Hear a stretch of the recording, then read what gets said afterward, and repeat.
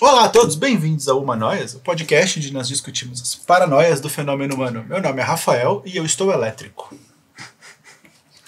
Meu nome é Fernando e...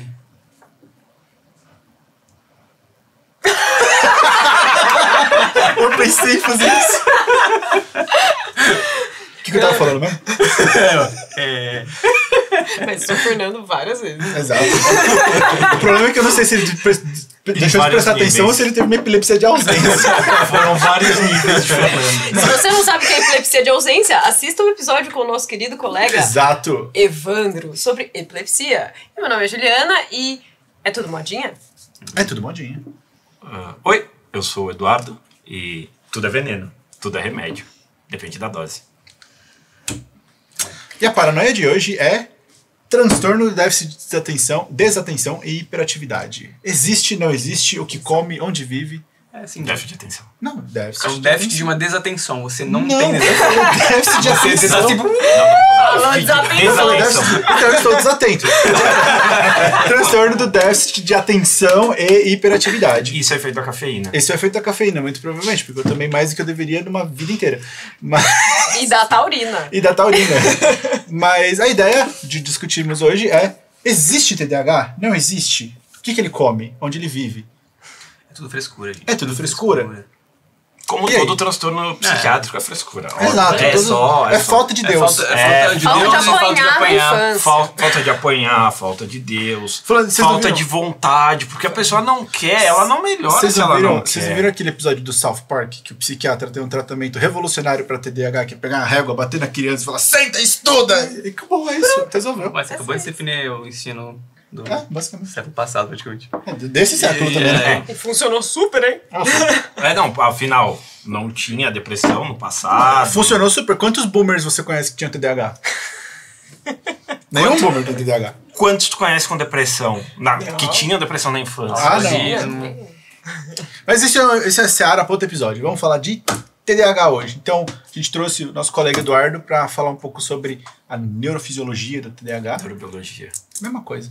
É que é mais bonito falar em neurobiologia. Mas... Porque E aí? envolve mais do que só a parte fisiológica, porque a gente envolve toda a parte bioquímica, tratando como neurobiologia. E a gente falando como neurofisiologia, a gente pega um aspecto um pouco menor. Então, joia. Então, neurobiologia. Mas, primeiro, o que é o TDAH, gente? Antes de tudo, vamos apresentar o nosso querido colega Eduardo. Eduardo, por que a gente chamou aqui? O que você tem a ver com TDAH? a gente não Não tinha sei. mais ninguém. Não sei, eu acho que não tinha ninguém. Na real, ele tava passando na rua. Aí a gente chamou e falou: "Ô, cara, você quer?" Tá desatento, é isso que eu ia falar aqui. eu fui um achado assim, que me acharam numa valeta e me trouxeram. É, a camiseta Mas é A do... gente tá fazendo um trabalho social aqui, né? É isso aí. Acolhimento de pessoas de rua, Isso. assim. Bom, fala que tu quer falar quem eu sou. O Eduardo, ele é Deixa doutorando. eu falar, pô. Não, é que é melhor, eu não... Não. Pode falar, não tem problema. Enfrenta os seus aversivos aí. Se vira. Tu sabe que botar as pessoas em situações aversivas, tu acaba gerando trauma nelas e elas acabam não querendo mais estar próximas de você. Tô criando Porque demanda. tu é o estímulo aversivo. Tu tá sendo o estímulo aversivo. Tu já parou pra pensar nisso? É, assim, Ok. eu vivenciei muito isso. Acho que ele pensa nisso todos os dias, é por isso que ele continua Todo dia que eu fazendo. acordo, eu... Mais um dia. Vai. É brincadeira, mas você é presente. Você sabe mais sobre você. Então, eu sou o Eduardo, eu sou doutorando em psicobiologia, trabalho com modelos animais de TDAH, faço isso já desde o meu mestrado, e eu tenho TDAH, e isso, o meu interesse em estudar o TDAH, ele é muito em cima disso, por interesse pessoal. E eu estudo, basicamente, possíveis efeitos terapêuticos de canabinoides em modelos animais, obviamente, de comportamentos associados ao TDAH nesses animais. Então eu trato esses animais com extrato de cannabis para ver se eu vou ter uma melhora. Mas então eu acabo estudando, já no mestrado eu trabalhei com um sistema noradrenérgico, com uma abordagem de alguns fármacos que envolvem noradrenalina, e avaliando alguns comportamentos associados ao TDAH, vendo se esses fármacos eles poderiam melhorar esses comportamentos. E aí, ao decorrer de toda a minha vida, eu acabei estudando bastante sobre TDAH, mesmo não sendo psicólogo. Então, na dúvida, o Eduardo estuda rato chapado. não só chapado, ratos estranhos. Aí. Ratos bem estranhos. Você tá usando a molia. Por isso que o olhinho é vermelho. Eu achei que por isso que é rato de laboratório, né? Não. O pior de tudo é que eles são muito piores do que quando eles estão sob o efeito. Nossa. Porque assim, um rato de laboratório normal, vamos aí pensar, não sei se vocês sabem o que é o campo aberto. É um dos testes mais clássicos da experimentação animal. Ele consiste numa arena, pode ser uma arena circular ou quadrada, onde tu bota o animal no centro dessa arena, e essa arena ela é subdividida em duas áreas, que é a área central e a periferia. Então, para um rato, o padrão é o rato ter muito tempo de periferia. Por quê? O rato ele tem um comportamento de tigontaxia, que ele vai batendo as vibrícias para ele se localizar no ambiente, ver se aquilo é um ambiente mais seguro para ele. Então, menos aversivo. E o centro do campo aberto ele é uma região mais aversiva para o rato, por ele ser aberto, ele não tem nada para tocar ali. Então, a gente tem como um clássico do campo aberto que a área central, quando o animal está tratado por substâncias ansiolíticas, ele tende a frequentar mais a região central, sendo um local, uma medida de o rato tá andando mais tempo no centro, está ficando mais tempo no centro, ele está menos ansioso, o que eu acho bem incorreto dizer, porque o rato não tem ansiedade. Né? Exato. Ele está mais tranquilo, talvez até um pouco mais corajoso. Não. É que depende. Isso pro caso de um rato Whistler, que é o rato padrão, até pode ser. Só que aí o que eu quero chegar em relação aos meus ratos. Um rato Whistler, em 5 minutos, ele vai andar 10 metros. Os meus ratos eles vão andar 15, 18. Você dá um tipo... Não, é o natural deles. É o basal deles, é isso. Então, eles já são ratos hiperativos. Por isso que a gente tem eles como um modelo de TDAH. Então, e além de tudo, eles têm muito mais tempo no centro do campo aberto e ambulam muito mais no centro do campo aberto. E aí, por isso que eu digo que eu não consigo concordar com que, pelo menos para essas linhagens, isso seja uma medida de ansiedade. Porque eu não posso dizer que o meu rato não é ansioso porque ele está andando mais tempo no centro do campo aberto. Ele tem uma ambulação geral muito maior. E esse é um problema legal que o Dardo levanta, porque a gente tem essa mesma questão em consultório, né? Quando a gente vai fazer diagnóstico de TDAH, a ansiedade bate na trave, sempre. E é um saco até, porque a gente precisa sempre fazer o diferencial, porque uma pessoa muito ansiosa vai exibir praticamente todos os comportamentos típicos de TDAH e confunde. A pessoa chega achando que tá ansiosa, na realidade é TDAH, ou chega achando que é TDAH agora que virou modinha, e na realidade é ansiosa, tá deprimida, tá qualquer outra coisa. E eu acho um grande problema esse negócio, principalmente por redes sociais, com vídeos, você tem tal, você tem esse comportamento. A gente vai chegar lá, porque tem a galera que fala, não, o meu hiperfoco, e tipo, cara, hiperfoco não é superpoder, velho. Não é assim. Mas hiperfoco é uma desgraça. Exato. Mas primeiro a gente precisa contextualizar, né? Então, o que é o TDAH? Como a gente define TDAH? Bom, a gente pode definir como uma condição do neurodesenvolvimento, primeiro de tudo. Então, isso quer dizer o quê? Que não é algo que eu posso Você nasce obter... com. Isso, que eu nasço com. Eu não posso obter na vida adulta. De repente virei TDAH. Isso não existe. O que pode existir é os seus comportamentos da infância e na adolescência eram mascarados por outras questões, você foi aprendendo a ter recurso para lidar com os déficits. Subdiagnosticados e passou ali meio que, né, passou no meio do buraco ali da peneira. Mas é uma questão do neurodesenvolvimento. Então a gente nasce com essas alterações, tá? E aí, a grande questão é o quê? Ele vai ser incapacitante porque ele vai afetar várias áreas da criança, do adolescente ou do adulto, independente. A gente fala que uma das principais questões no TDAH vai alterar as funções executivas.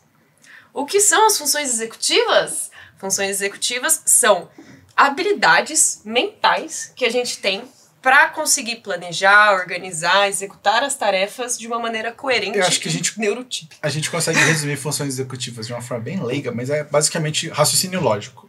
Funcionamento executivo é mais ou menos o raciocínio lógico. Eu gosto de dar o exemplo assim. Posso dar o exemplo de como é que eu explico? Você vai dar um exemplo mesmo assim? Eu vou dar um exemplo mesmo assim. Se vocês não deixarem, eu vou fazer mesmo assim. Chama o empresário. Ele é executivo. Qual que é a função dele? Eu tava pensando nisso. Pensando a função do executivo. O executivo ali vestido e a função. Função executiva, eu gosto de imaginar assim. Vamos supor que a gente vai fazer um bolo, tá? Um bolo de chocolate. Para eu fazer um bolo de chocolate, eu preciso de uma receita. Então eu tenho que ter uma ordem de coisas, uma ordem de passos na minha cabeça.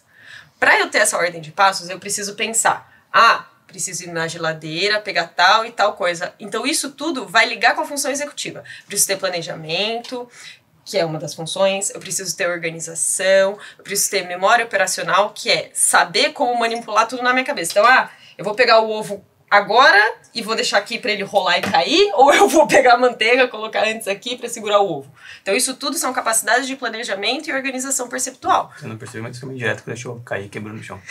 Você deixou o ovo cair? Ele deixou o ovo cair. Então assim, Os eu dois? gosto... Só tem um. Agora você tem um, né? Agora tá sem Sobrou, o outro caiu e quebrou. Ai, Deus.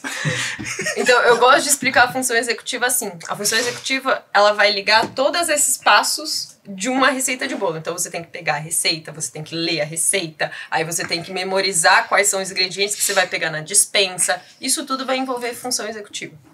Planejamento, organização, Então quem tem memória problema operacional. executivo não faz bolo. Não necessariamente.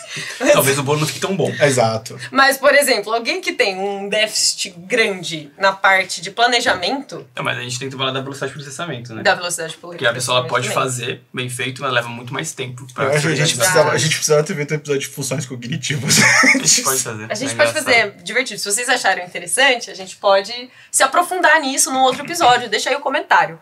Mas basicamente é isso. Então, por exemplo, alguém que tem um problema grave em funções executivas, principalmente, vamos supor, planejamento, ele vai pensar, quero fazer um bolo. Aí ele vai pegar na geladeira a manteiga, o ovo, e ele falar, mas agora acho que eu precisava de outra coisa. Aí ele vai ficar um tempo pensando. Aí ele não vai saber o que ele vai fazer. Em vez dele ter a ideia de deixa eu olhar na receita e ver o que eu preciso, até ele chegar nesse caminho, ele demora um pouco mais. Mas e tem o lado mais prático, o lado da vida real, que é aquele momento que o teu superior chega e te diz, tu tem que me entregar isso até tal dia, te dá 1 mês de prazo. Beleza, eu tenho que entregar até tal dia. Tu vai lembrar faltando 2 dias para entregar. Exato. Então, olha só, tem que ganhar. dificuldade de planejamento, de organização. Modinha, seu modinha. Pode Seu ir. modinha. Não, pô, porque tudo que eu entrego é tipo, eu preciso entregar dia 15, tá bom, dia 14 eu faço. Beleza. Mega planejamento. Exato. Então, esse exemplo que ele trouxe é um exemplo claro de déficit em função executiva, de planejamento, de organização. Uma coisa que eu particularmente tenho uma enorme dificuldade é de planejar coisas tipo a longo prazo. Eu consigo planejar coisas tipo para alguns meses. Mas se eu tiver que planejar coisas a longo prazo, tipo 3, 4 anos, já é muito difícil para mim. É muito difícil. Mas esse é um negócio... Por isso eu acho que a gente tem que conceitualizar primeiro o TDAH, né? Porque a ideia do TDAH é que tem esse padrão, principalmente comportamental, e eu quero bater nessa tecla justamente porque quando a gente fala de TDAH é muito comum a galera vir com tem problema de atenção, tem problema de funcionamento executivo, mas o diagnóstico é comportamental. Porque você consegue, e acontece direto de falar, não, tu faz aqui o teste de função executiva, o cara gabarita. E aí, não tem essa, entendeu? Não tem perfil cognitivo. Por causa dos subtipos do TDAH. Mas a gente vai chegar lá. Porque é justamente esse assunto que eu queria trazer, né? Como é que é o diagnóstico, o que é o TDAH? Então, a ideia do TDAH é justamente que é um padrão de comportamento que começa desde a infância. Então, ele é sim do neurodesenvolvimento, ele é sim algo... esqueci a palavra. Que nasce com a pessoa, né? Inato. Inato, isso, perfeito. Então, ele é algo inato, você tem uma bagagem genética forte. E aí, normalmente os comportamentos se expressam mais, né, no começo da primeira infância, entre os 6 e 7 anos, porque quando começa a demanda escolar, né? Então tem essa relação aí. A ideia do TDAH, então, é esse padrão de comportamento desorganizado, fácil distração, às vezes instabilidade emocional, que começa na idade escolar e tem que estar presente obrigatoriamente em mais de um ambiente. Então não dá para falar, a criança é só desatenta em casa, não é TDAH. É outra coisa. Não é TDAH.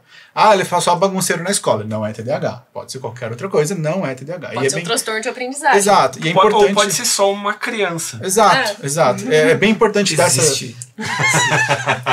Mas Uau. eu acho importante dar essa discriminação justamente porque por TDAH estar virando modinha hoje, tá um negócio super tipo, você é desorganizado no trabalho, você pode ter TDAH. Sabe? Tipo, não, isso acontece só no trabalho. Muito mais provavelmente é alguma coisa de humor relacionada ao trabalho do que algo do neurodesenvolvimento. Principalmente em adultos, porque de adulto, se você se tocou que você está desorganizado só agora, durante a sua infância, isso não era um problema, não estou falando 100% das vezes, porque pode ter sido subdiagnosticado. Pode ser de um outro subtipo. Exato. Mas se é um negócio que só tá te incomodando agora, começou do nada, nunca teve queixa, muito provavelmente é algo mais relacionado ao humor, à saúde mental, e não é do neurodesenvolvimento. Não que eu estou dizendo que 100% das vezes vai ser, mas as chances são essas. Então isso é o TDAH, né? Quando a gente fala de uma pessoa desatenta, hiperativa, é esse padrão comportamental ali de que ela não consegue se inibir, ela não consegue prestar atenção inibir estímulos, né? Então ela se distrai com muita facilidade, ela é hiperativa no sentido de ter muita energia e tem esse padrão mais difuso aí de interesses. E aí tem uma série de subtipos, né? Que é onde a gente vai entrar. Tem uma outra coisa que também é importante a gente pensar nisso, que é o próprio fator ambiental. Uhum. O ambiente, dependendo da fase da tua vida, tu pode ficar com o teu TDAH estabilizado sem nada por conta de fatores ambientais. Como tu pode transformar ele no pior inferno da tua vida, dependendo de fatores ambientais. Por mais que tu esteja medicado e tudo, o ambiente pode te influenciar muito mais do que normalmente influenciaria. E que acaba sendo um problema. Uhum. E aí, quais são os subtipos do TDAH?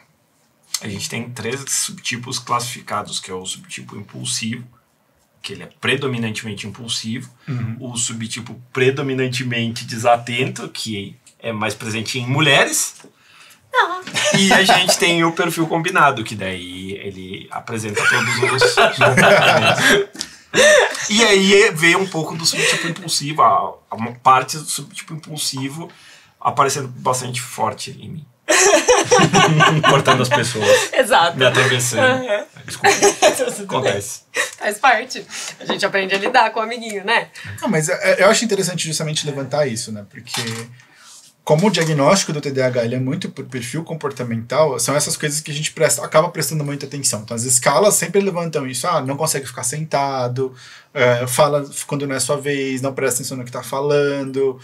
Então tem todo esse perfilzinho aí. Quer dizer que se você faz isso, você tem TDAH? Quer dizer que se você faz isso, você tem TDAH? Não. Mas levanta a atenção, né? E aí, por isso que a gente volta na questão da ansiedade. Que fala, não consegue ficar parado. Putz, imagina que eu tô esperando, sei lá, a cirurgia de alguém. Eu tô ansioso. Eu não consigo ficar sentado, mas é porque eu tenho TDAH? Não. Existe uma causa clara. Exato. Né? E uma outra coisa interessante pra gente lembrar pra galera é que o subtipo ele pode mudar. Então, normalmente, o que a gente tem é, na infância, a gente tem as meninas com o subtipo desatento e os meninos com o subtipo hiperativo, e isso inverte, não sei se chega a inverter para as meninas, mas para os homens inverte. Para os homens inverte. Para os homens inverte. Para os homens, geralmente, ele tende a evoluir para o subtipo combinado, para os 3. Hiperativo e desatento. Desatento. Exato. Para as meninas eu não me lembro, realmente não me lembro. No geral, o mais predominante na idade adulta é o subtipo combinado. Uhum. E provavelmente isso é puxado pelos meninos, mas no geral ele é o subtipo dominante na idade adulta. Exato. Não quer dizer que necessariamente isso é uma regra, tá bom? A gente pode ter meninos com subtipo desatento e meninas com subtipo hiperativo. Isso é só pra gente pensando que é predominante, não é uma regra. Isso aí. Exatamente. E prevalência é a mesma de homens e mulheres? É mais predominante em meninos. Mais predominante em meninos. E tem cura? Tudo tem cura, é só você encontrar o senhor. Aí que tá. Tem como, a gente sabe que tem como, se é na infância e na adolescência, você tratar, desenvolver estratégias e ajudar muito a ponto de, na fase adulta, aquela pessoa não precisar de um tratamento farmacológico. Então, o que acaba sendo, seria o que todo mundo gostaria que acontecesse, Exato. mas é o que quase não acontece. É o que não acontece. É o que raramente acontece, né? E a gente tem os casos de charlatanismo também. De pseudocuras do TDAH. Como, por exemplo, biofeedback. O que é isso? Então. Vocês nunca ouviram falar de biofeedback? Eu já ouvi falar de neurofeedback. É a mesma coisa. A mesma coisa. Basicamente é a mesma coisa, porque a função é a mesma. O biofeedback tu pode usar ele em outros aspectos, mas é igual, é a mesma coisa. E que falam, nossa, isso é a cura do TDAH. Foi vendido até uns anos atrás, várias revistas, tipo Scientific American, essas revistas que são científicas. Científico comercial. Tipo super interessante. Isso. Que são revistas científicas comerciais. E que, nossa, neurofeedback, a cura do TDAH. E... O que é isso? Você tem uma reação e fala, bom, Não. ruim. Não, a ideia do neurofeedback é, tipo, você tem o traçado, o Edu me corrige se estiver falando merda, mas tem o traçado, principalmente ondas alfa, que é o que eles focam mais em TDAH, que são ondas que são localizadamente mais da área pré-frontal, e a ideia é de que eu coloco uma tarefa para você que vai fazer com que a pessoa, quanto mais atividade de ondas alfa ela tiver, melhor ela vai desempenhar naquela tarefa. Então a tarefa que eu já vi tipo, é uma navezinha voando, e aí a pessoa tem que ir se concentrando, porque quando ela se concentra, a nave voa mais rápido. E aí quando você olha o traçado da onda alfa aumenta. Só que a ideia é justamente de que eu estou estimulando a pessoa a ter um maior traçado, porque ela vai ter mais atividade desse tipo de onda que está relacionado com a atenção, por isso ela melhora no desempenho. Daí vai pra prática e isso não acontece. Exato. Eu fiz isso, por isso que eu falo que é... E tem muito estudo mostrando que não funciona. Tem estudo mostrando que não funciona. No meu caso, eu fiz achando que ia dar certo, esperançoso, acreditando, e foi uma frustração gigantesca, porque era horrível. O que eu fazia, eu tinha que ver um videozinho e fazer o vídeo tocar. O TDAH tinha que ficar parado vendo um vídeo.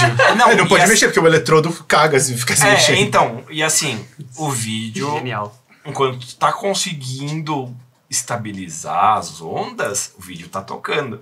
Qualquer coisinha, passou uma mosca no teu lado, cagou. Não vai, o vídeo trava. Preciso. O vídeo trava, aí anda meio segundo, trava. Fica bufando. 3 segundos, trava. Meio segundo, trava. É bem difícil. E não funciona, no final das contas, o que sempre me ajudou foi boleta. Boleta? Medicação. Eu ia falar... Ela falou, nossa, você paga boleto pra ficar melhor? Nossa. Eu tava tipo, nossa. Eu tenho uns aqui, você quer? Não, obrigado. Não, eu te dou os meus, eu sou pós-graduando, tu não. Tu ganha dinheiro, eu Já não. graduei. Mas eu acho interessante isso, porque surgiram vários métodos, e aí essa parte de evidências até, porque eu lembro que eu fui até em alguns congressos que levantaram muito essa questão do neurofeedback enquanto tratamento, só que a variável de evidência que era muito suspeita, porque eles não faziam uma avaliação funcional dessa pessoa fora do negócio experimental. Não é só no momento, é só de traçado. Então o cara vira e fala, pré-intervenção, o cara ele mostra o Loreta do maluco. Loreta é uma ferramenta de neuroimagem que transfere o traçado pra... Loreta, me dá um jeito aqui. Não, é tipo, ele pega o traçado Quem é que presta atenção na aula aqui? Você presta atenção, eu vou fazer você prestar atenção. É você? Mas a ideia é que ele pega o traçado do EEG e transforma num mapa de imagem, pra mostrar onde cada onda tá mais presente. Isso porque ela tá medicada, né? Isso porque ela tá medicada. Eu imaginei o cara do irmão do Jorel, que é o... Nossa. O que a diretora... o Steve Magal.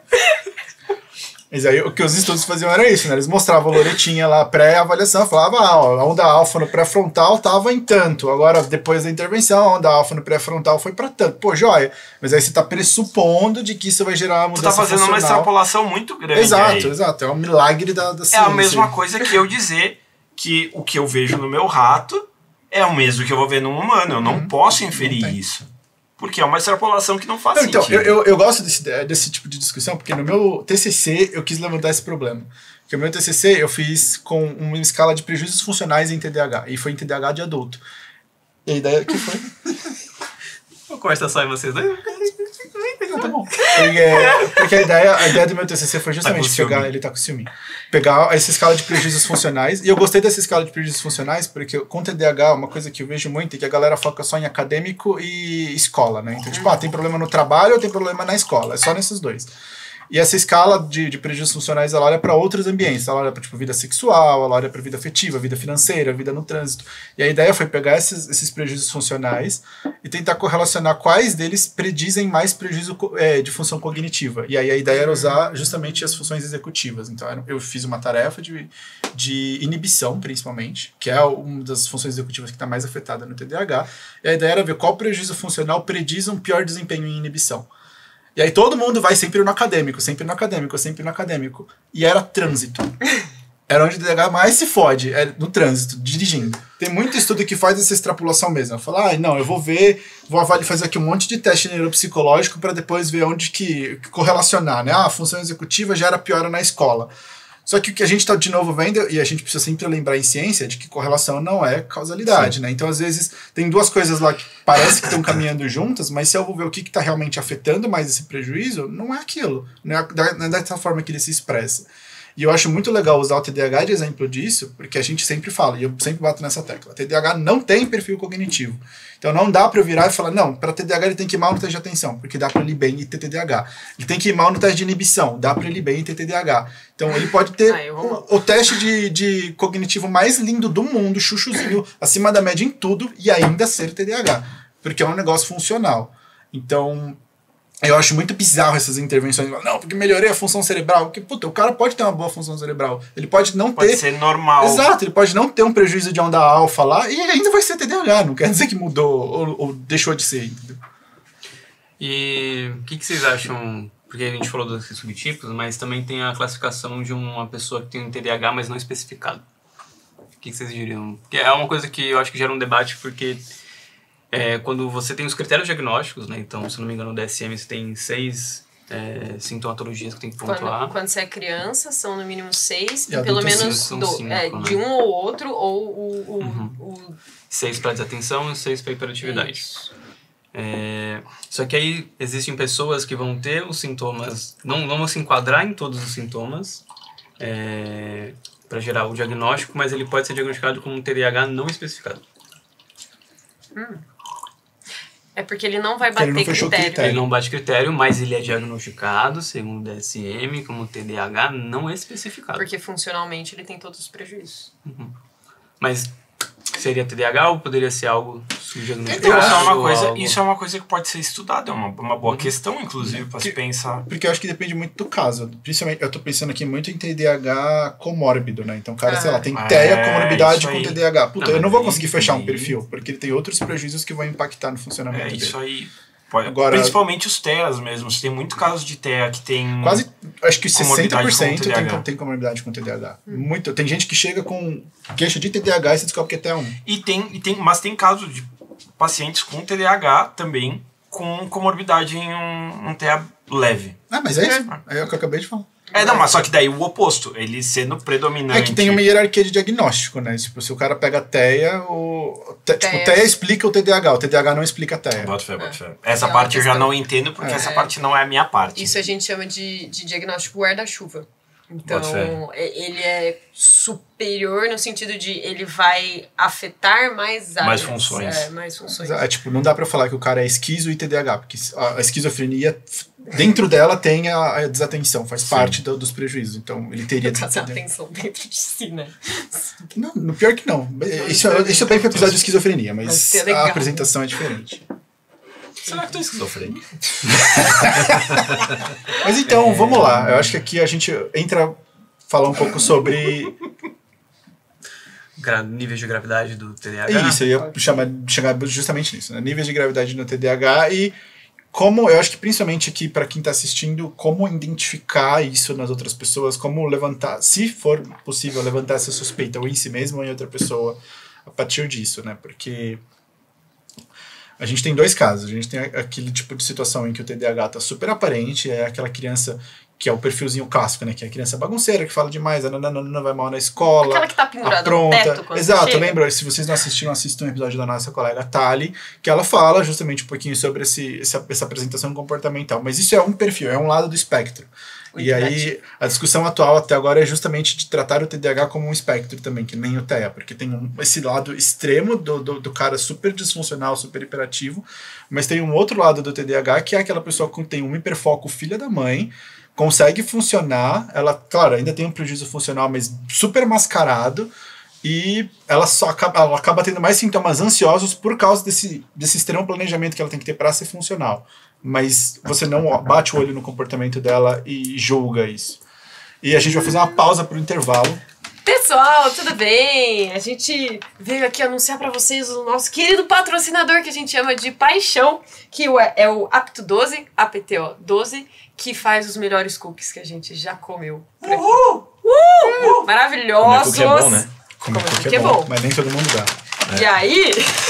Tem e que aí, aproveitar. A Esse gente tem que programa aproveitar é um quando alguém dá, programa né? child friendly. Quando dá de graça, a gente tem que aproveitar. Ela não é, Fernanda. Tem que aproveitar bastante, né? Eu estou aqui abrindo. Que hoje é teu dia livre, né? Exato. Então tu pode comer cookie hoje. Nossa, até passar mal. Bueno, para você. Você não vai receber. Tu vai comer os dois? Sou gulosa. Nutella. Nossa, Nutelinha. Sorte do Fernando, hein? E o meu Kinder Bueno. Pessoal, olha esse cookie. Momento. Que é Ele levantou daquela calcinha. Fernando quer mostrar o cookie dele. Ele treina toda semana o cookie dele. Você acha que eu treino pra quê? Tá parecendo da Maria Braga, você.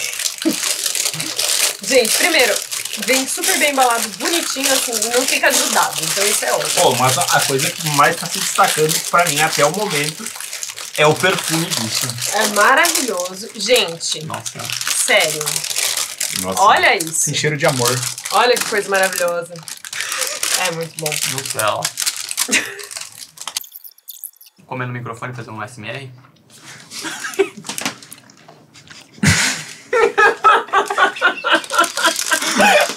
Não sou pago pra isso. A gente percebe o nível da doença mental das pessoas. Voltando, galera.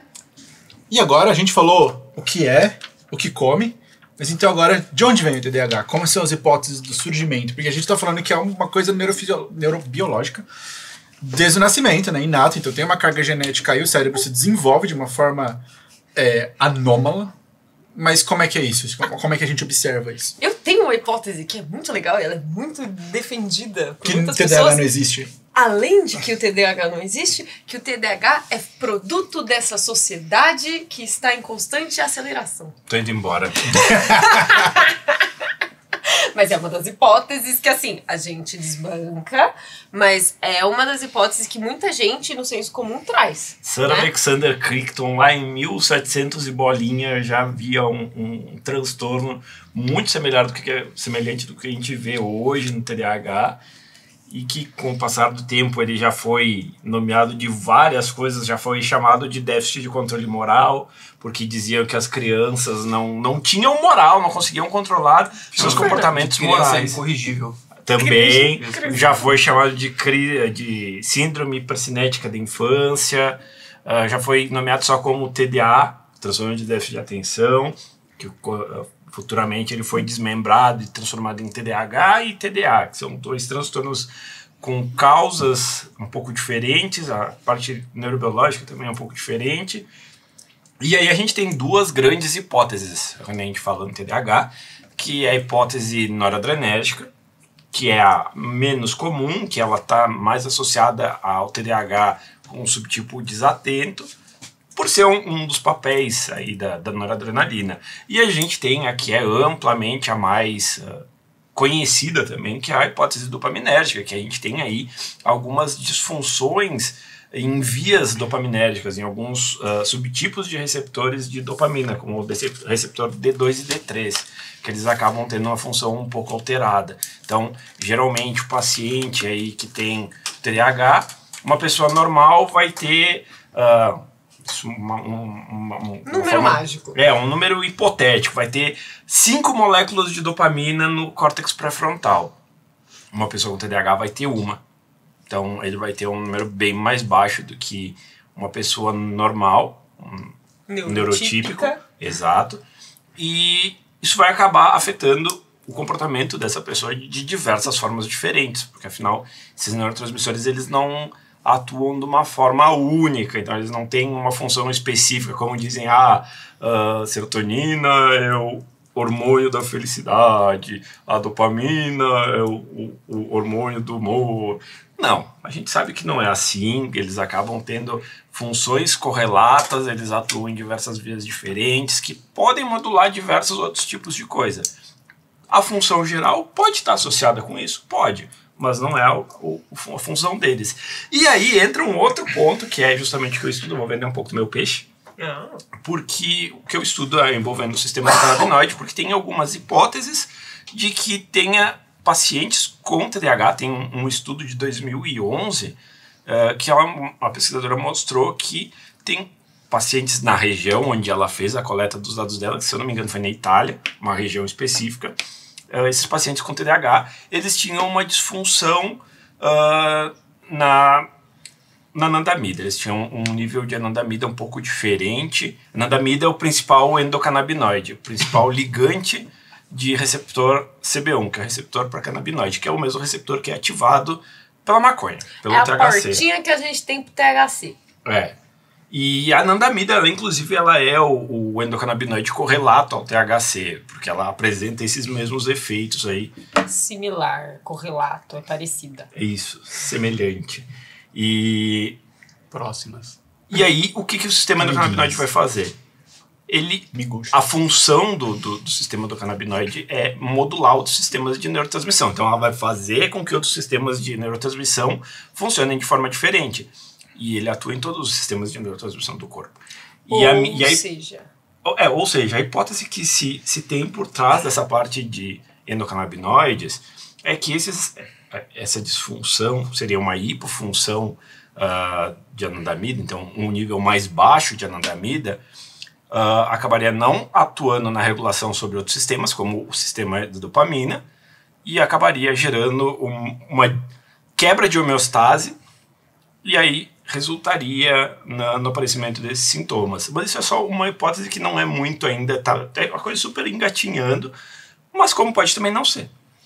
Que eu acho que esse é um negócio legal quando a gente fala de neurobiologia no geral, né? Porque eu dei uma aula, inclusive, sobre funções cognitivas, que um ponto que eu reforcei muito é isso, de que no passado a gente tinha aqueles mapas corticais, né? Que falava, não, essa área aqui faz isso, essa área aqui faz isso, essa área aqui faz isso, essa área aqui faz isso. E a plasticidade sináptica entra onde? Exato, entendi. Então, conforme a ciência foi evoluindo, a gente foi entendendo que o cérebro, acho que a melhor metáfora, assim, para explicar como o cérebro funciona é justamente um sistema computacional, né? Porque a ideia é de que eu tenho vários núcleos cognitivos, entre aspas, né? Núcleos de células, mas todos eles se comunicam, e aí os neurotransmissores, eles não têm esse papel de tipo, a serotonina vai ativar a parte da felicidade do seu cérebro. Não, a serotonina, ela modula tanto a parte de recompensa, mas ela modula a parte de sono, ela modula a parte de estresse, então é uma rede de conexões aí, e cada neurotransmissor é um sinal específico e que é interpretado de formas diferentes dependendo da área em que ele aparece, né? Então... Sim, só uma dúvida me surgiu aqui. Você trouxe toda a questão de uma hipótese da dopamina estar envolvida. Então, não é uma comprovação, não é uma certeza. Então, porque a gente não tem certeza nem do caso da própria depressão, então, que é uma doença super... A gente não tem... porque é uma coisa que a gente não consegue ter essa certeza. A gente não consegue bater o martelo. O que a gente mais vê é para esse caminho. Só que tem outros casos que apontam que não. Caso próprio da depressão, hoje começaram a surgir discussões que talvez ela não seja um transtorno de via serotoninérgica. Por isso que alguns pacientes não respondem de jeito nenhum a inibidor de recaptação de serotonina. Os refratários. É isso que eu ia falar, que saiu ano passado, né? Uma meta-análise, todo mundo falou, uau! Sobre o 5-HT. E mostrou que a redução de serotonina não causa depressão. É uma consequência. Tem uma associação ali. E tem essa questão da medicação. Então, não necessariamente uma pessoa que está com depressão, porque eles fizeram essa pesquisa citavam algumas pesquisas que pegavam pacientes que tinham uma redução de serotonina, mas não tinham depressão. Então, por exemplo, medicações que vão inibir a recaptação da serotonina, ela pode ser ineficaz para pessoas com um tipo de depressão. Mas em questão do TDAH em si, se é uma hipótese, um indivíduo que está tomando uma medicação, que ele tem uma liberação a mais de dopamina, também pode não ter efeito, mas mesmo ele tem TDAH. Sim e não. No caso, porque, como eu falei, as duas principais hipóteses que a gente tem, uma de nora e uma de dó. Mas pode ocorrer de não acontecer. Sim, pode ocorrer. Só que tem um caso, porque geralmente, como são essas duas vias, os principais fármacos usados no tratamento do TDAH, eles atuam nas duas vias.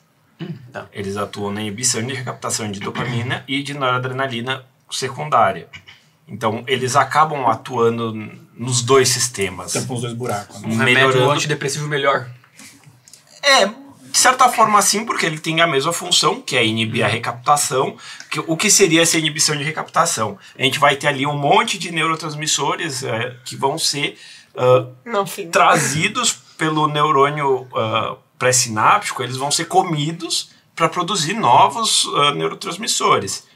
E isso é uma coisa fisiológica. Então, uma pessoa com TDAH, ela vai ter um nível fisiológico dela, um nível basal, de um número aí baixíssimo, enquanto uma pessoa com TDAH, aliás, sem TDAH, vai ter um número alto comparado com essa pessoa. E aí essa pessoa, quando faz a utilização de um fármaco, enfim, ele não vai recaptar, então ele vai manter o nível desses neurotransmissores e vai ter mais neurotransmissores sendo liberados. Então ele vai ter um nível mais alto do que uma pessoa com TDAH sem estar tratado tem, mas com nível, em alguns casos pode chegar um pouco abaixo do nível de uma pessoa neurotípica, mas em outros casos pode até ficar um pouco mais alto. Isso depende muito de dose, enfim.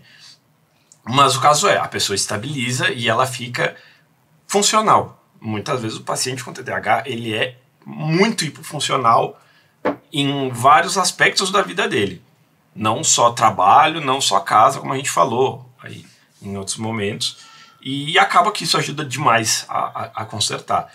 E aí a gente volta para a parte da recaptação. E aí quando a pessoa não está fazendo, vai ficar com baixo nível, daí não tem o que fazer. Eu acho legal esse argumento porque tem um mito aí muito grande de que a pessoa com TDAH, justamente porque o transtorno fala de hiperatividade, fala de que ele tem essa coisa de que meu cérebro funciona demais, né?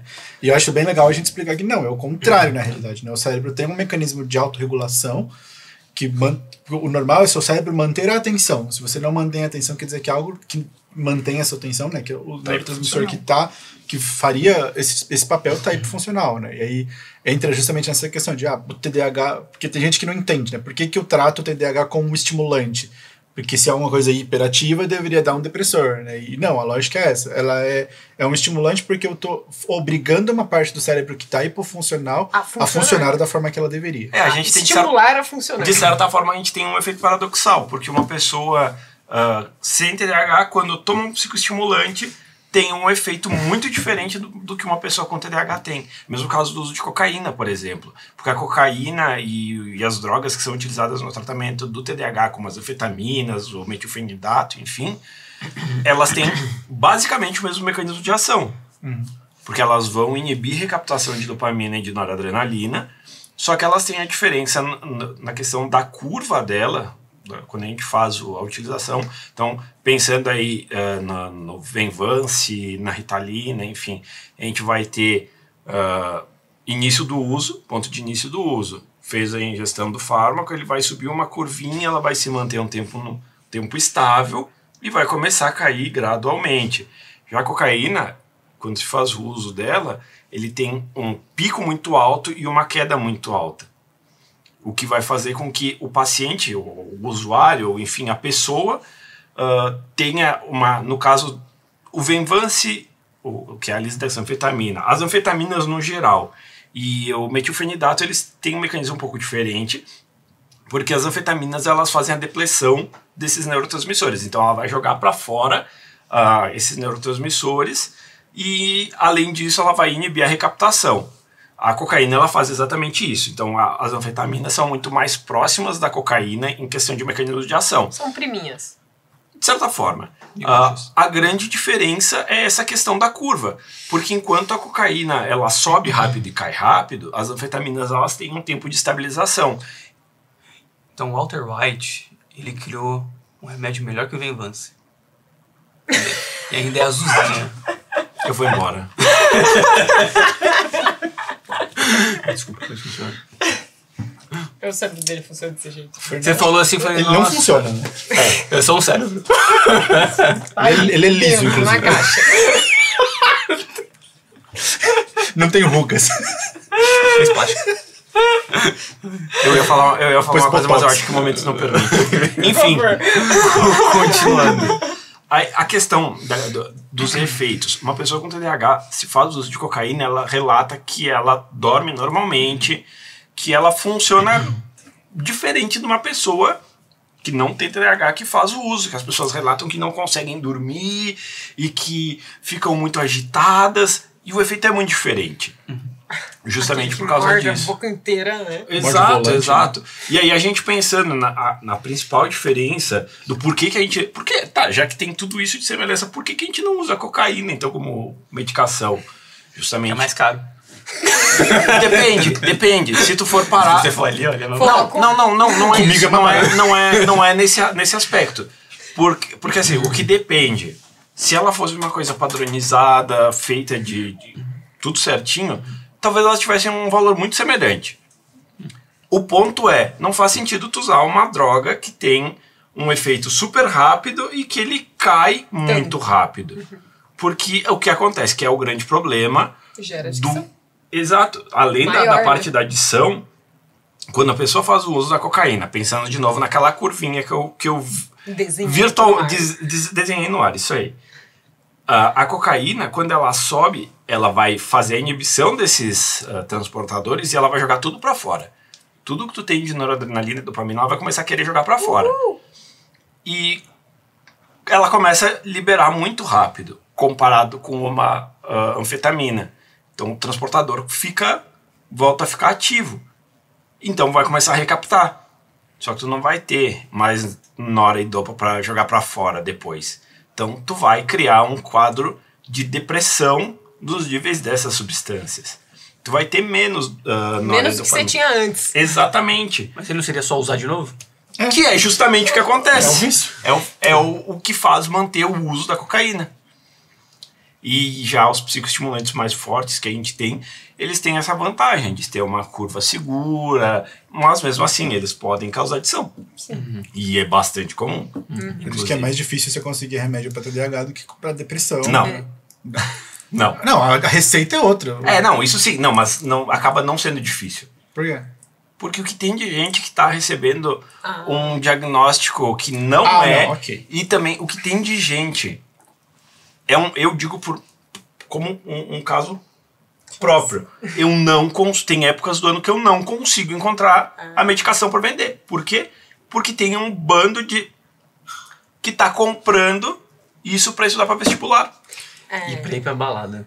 Também. Sim. Então, aí a gente tem uma coisa interessante que eu acho que vale a gente trazer pro O diagnóstico, né? O diagnóstico errado. Não só acho que o que eu queria falar é antes do diagnóstico errado, né? Porque veio essa onda do Venvance, né? E aí a gente tem exatamente isso. Pessoas que se utilizam dessa medicação para estudar para vestibular, estudar para concurso, usar para balada, porque teoricamente dá mais energia e mais foco. Só uma aspa, isso não começou com o Venvance, isso começou com a Ritalina. Com a Ritalina, mas... Até porque você vai comprar Venvance pra ir na balada, você tem dinheiro, né? Porque o Venvance é uma fortuna. Mas quem você acha? Faria Limers, né? Quem consegue a Quem receita, consegue né? a Sem ter o receita remédio, sem facilmente? ter Os Faria diagnóstico. Faria Limers. E aí, por que isso é complicado? Porque aí gera uma dependência, pelo que eu vejo, né?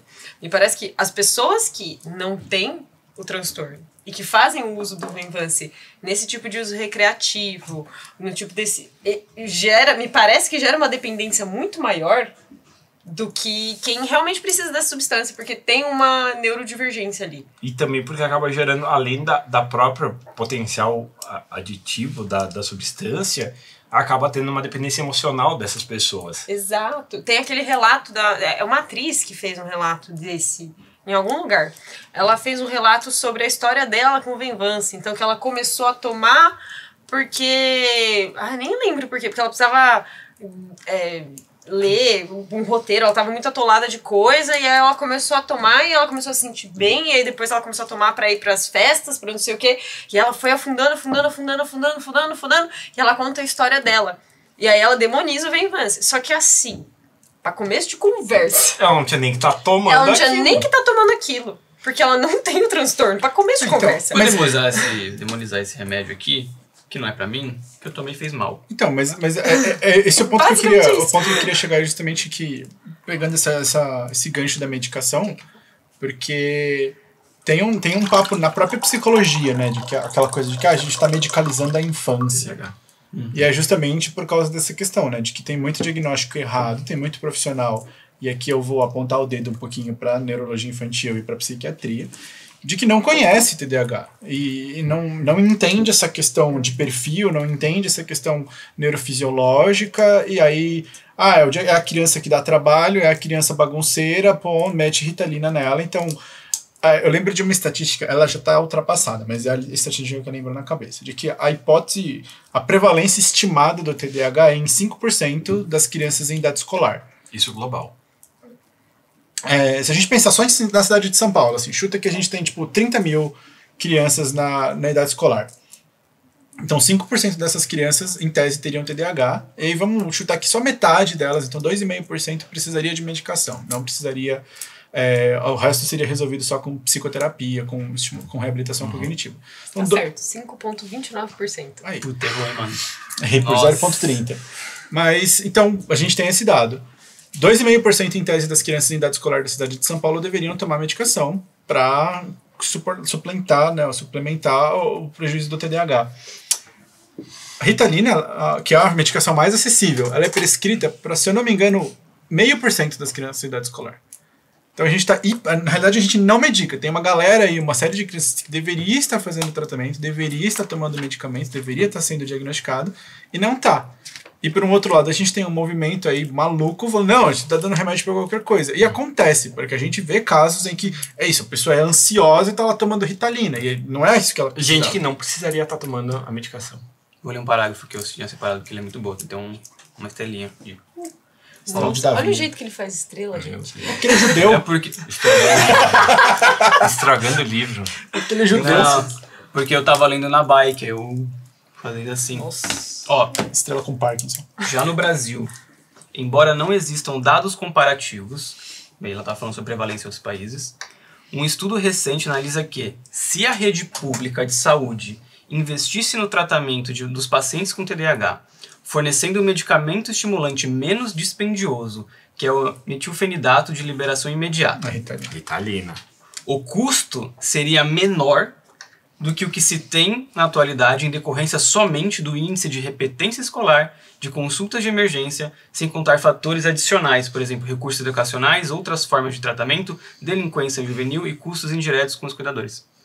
Oferecer no sistema de saúde de forma gratuita é mais barato para o Estado do que não fazer. Porque tratar as consequências de não fazer. Mas assim, já fazem alguns anos que a Ritalina essa de liberação imediata, que é a Ritalina normal de 10 miligramas, ela é já fornecida pelo SUS, pelo sistema você de pega saúde. na farmácia popular. Só que em contrapartida, principalmente para casos de pacientes adultos, essa Ritalina de liberação imediata ela é porca, porque ela não tem bons resultados. Porque assim, pensa, e além de tudo tem um outro ponto, além de ela não funcionar tão bem quanto a de liberação contínua, tem o fator adição, que é muito mais fácil tu entrar num quadro de adição com essa Ritalina de liberação única do que com a Ritalina de LA, que é a de liberação contínua. Por quê? Porque tu pode acabar criando uma dependência psicológica, do fato de tu ter que tomar a medicação mais de uma vez por dia. Porque ela tem que tomar 2 a 3 vezes por dia. Exato. E tu tem que cuidar muito isso, porque se tu deixar cair demais o pico antes de e tomar depois, tu pode ter um momento meio instável no dia. Então tu sempre tem que manter isso controlado. E essas de liberação contínua, tu toma uma única vez no dia e estabiliza. É o mesmo caso do Venvanse. O Venvanse também ele é uma medicação de liberação contínua. Então durante o tempo ele vai liberando e vai estabilizando o paciente. O que é muito mais saudável, pensando na questão da dependência. Adicção mesmo, até é mais seguro para prevenir, evitar um quadro aditivo, né? E tem uma coisa interessante, né? Que você trouxe a questão de são 5,29% em crianças, e aí em adultos essa prevalência cai para 2,5%, que é aquilo que a gente falou, de que o TDAH, por ele ser um transtorno do neurodesenvolvimento, existe uma dificuldade, um leve atraso no desenvolvimento do córtex pré-frontal dessas crianças e adolescentes. Isso pode ser manejado com o tempo e as pessoas chegar na vida adulta e ter desenvolvido corretamente. Demorou um pouquinho mais, mas desenvolveu. Meio que essa ideia. Entende? Precisou de uma assistência aqui na infância e na adolescência, mas conseguiu desenvolver isso. Mas aí é um dado complicado, né? Porque se eu tenho 5% das crianças e só 2,5% dos adultos, esses outros 2,5% se curaram? Então, aí que tá. Acredito que a nível de conectividade eles se curaram. Porque ele não vai precisar mais da medicação. Entende? Ele conseguiu estratégias suficientes para fazer todas as rotas que ele precisava. Essa é a grande questão. Mas tem alguns casos que vão ser prevalentes. Então o TDAH não é pra vida toda? Não necessariamente. Então, é porque tem uma caracterização que chama remissão parcial. É. Quando você não atinge mais os critérios diagnósticos e não tem tanto impacto mais na sua vida. Não, que você concordo. não seja. Mas, de novo, porque o diagnóstico do TDAH ele é funcional comportamental. Então, beleza, se eu tenho estratégias e eu consigo lidar com aquela questão comportamental, eu volto para a funcionalidade, entre aspas, adequada, justo. Eu Você tem poderia um ter a prejuízo remissão, ali. eu ainda tenho prejuízo. É parcial. Exato, mas remissão parcial. Não, exato, mas é justamente isso, porque senão fica aquela coisa de, eu me curei do TDAH. E não, é impossível você Não, se curar do exato. TDAH. Você pode diminuir os prejuízos. Exato. Você pode diminuir os prejuízos a ponto daquilo não te incomodar mais. E de tu acabar não entrando em classificação. Em classificação nenhuma. Então você saiu do TDAH? Não, mas é por isso que eu concordo muito com essa iniciativa atual de tratar TDAH como espectro. Porque aí acaba com esse problema. Não tem remisão parcial. Você foi de um caso grave para um caso leve, mas você ainda é TDAH. Mesma coisa TEA. Você pode ter um TEA grau 1 ali que vive normal, mas ainda é TEA. Tá, mas agora eu trago uma outra discussão pra botar na mesa. Manda bala. Bota. Puta que pariu. Pariu, Fernando. Minha meta é de quebrar. Então, não sei a opinião de vocês, mas cada vez mais eu venho vendo o TDAH menos como um transtorno primariamente atencional e venho vendo ele mais como um transtorno primariamente motivacional. 100%, não acrescento nada. Porque a questão motivacional vai impactar em todos os outros fatores. Sim. E é o que mais quebra a perna de uma pessoa com TDAH. O fator motivação destrói. Sim. Não, eu concordo totalmente. E isso é uma coisa que eu andei lendo atualmente e já tem algumas pessoas que vêm discutindo para esse lado. Que talvez ele não seja um transtorno de déficit atencional, e sim de déficit motivacional. Porque explica o hiperfoco, né? Que é o maior looping maluco, buraco negro do TDAH. Que tem até um estudo que eu vi que é bem legal, que mostrou, tipo, eles filmavam as pessoas vendo várias coisas diferentes, né? Aí o maluco, tipo, assistindo uma aula de matemática, girando na cadeira, olhando pro teto. Aí assistindo Star Wars, o maluco, tipo...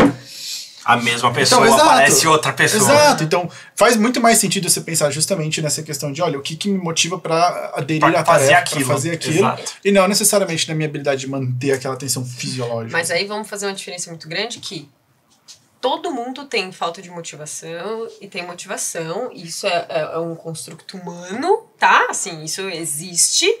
A grande questão é, quando a gente tá falando do TDAH, a dificuldade de conseguir se motivar com alguma coisa... Volição. Exato. Você simplesmente não consegue. Assim, E o impacto da frustração de tu não conseguir ter a motivação para realizar uma tarefa que tu tem que realizar é uma coisa que acaba destruindo a tua vida.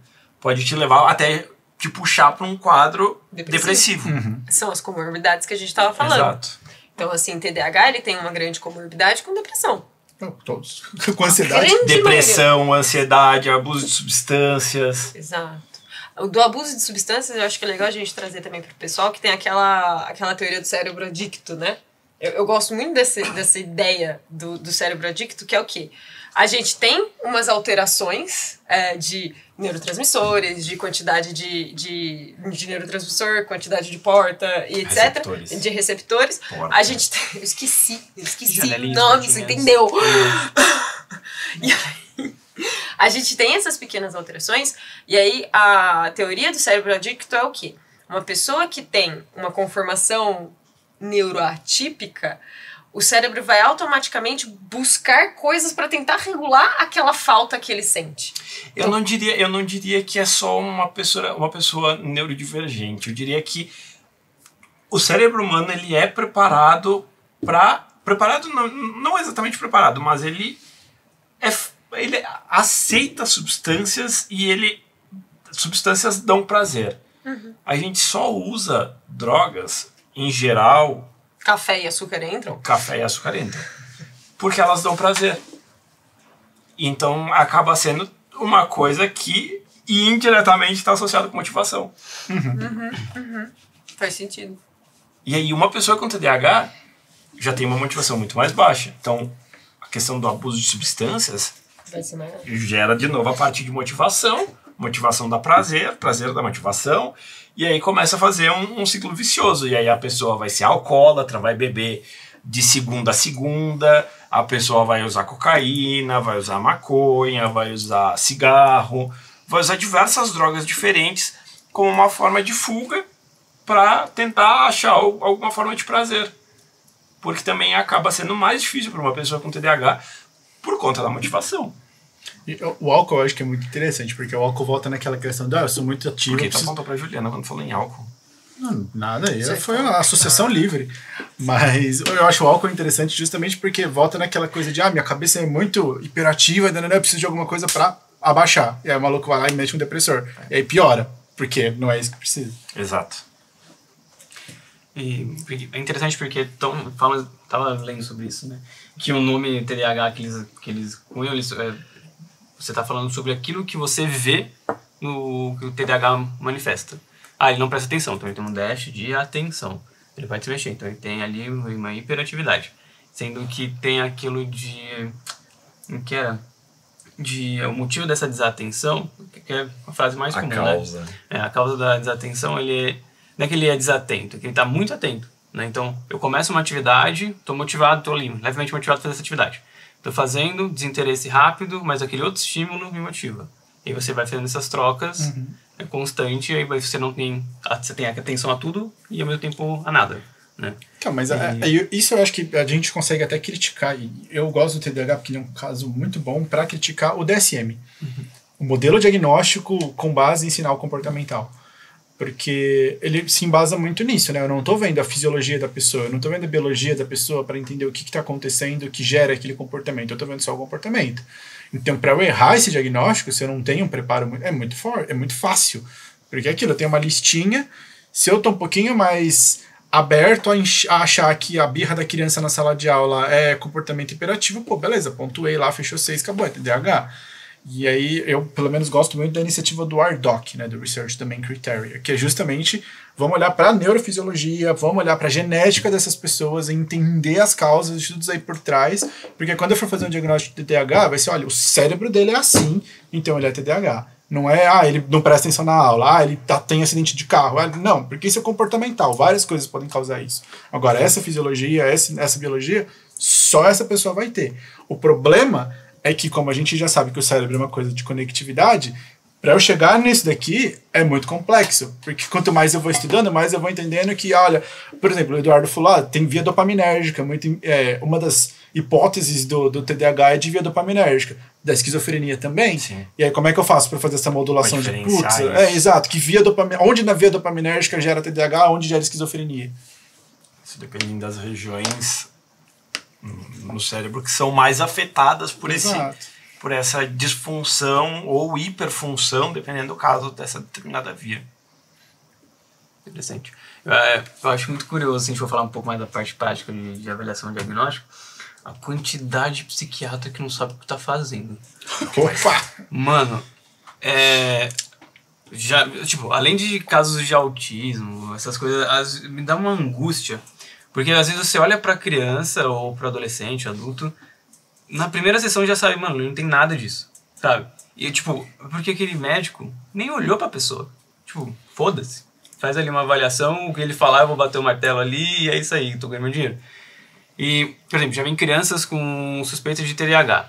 Aí você vai lá, vai fazer a avaliação, você percebe desde o início da sessão, era só você ter olhado, só falado com ela. É uma criança. É uma criança. Aí você fala, nossa, genial. E aí uma outra criança, aí você percebe Parabéns, que ela seu diagnóstico é uma criança. Uma criança. E de alteração no pensamento auditivo. Então não é que ela não tá prestando atenção, ela não tá entendendo. Não escuta. Escuta ela diferente. escuta, mas ela não tá entendendo. Então não importa o quanto ela te olha, ela tá ali, ela não entende. Ela não tá processando uma informação, né, corretamente. Então assim, é só falar com a criança, é só você interagir, sabe? Fazer um mínimo. Mas o que eu vejo hoje na clínica que parece muito, são pessoas ansiosas ou com pré-burnout ou com burnout achando que são TDAH. E aí eu fico tipo... Nossa, esse bagulho do burnout é muito legal, né? Porque a pessoa, ela tá tão esgotada que ela não consegue funcionar e ela acha que é desatenção. E o pior de tudo é que uma pessoa dessas vai querer A Ritalina pra...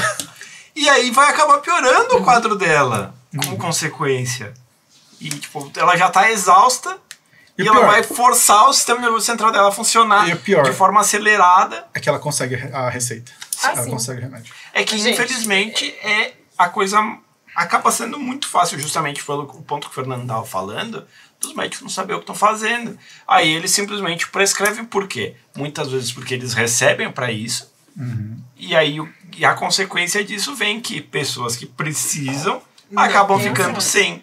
Porque essas medicações, elas não são todas, mas algumas medicações, essas de controle especial, elas têm uma quantidade limitada que pode entrar no país por mês, se eu não me engano.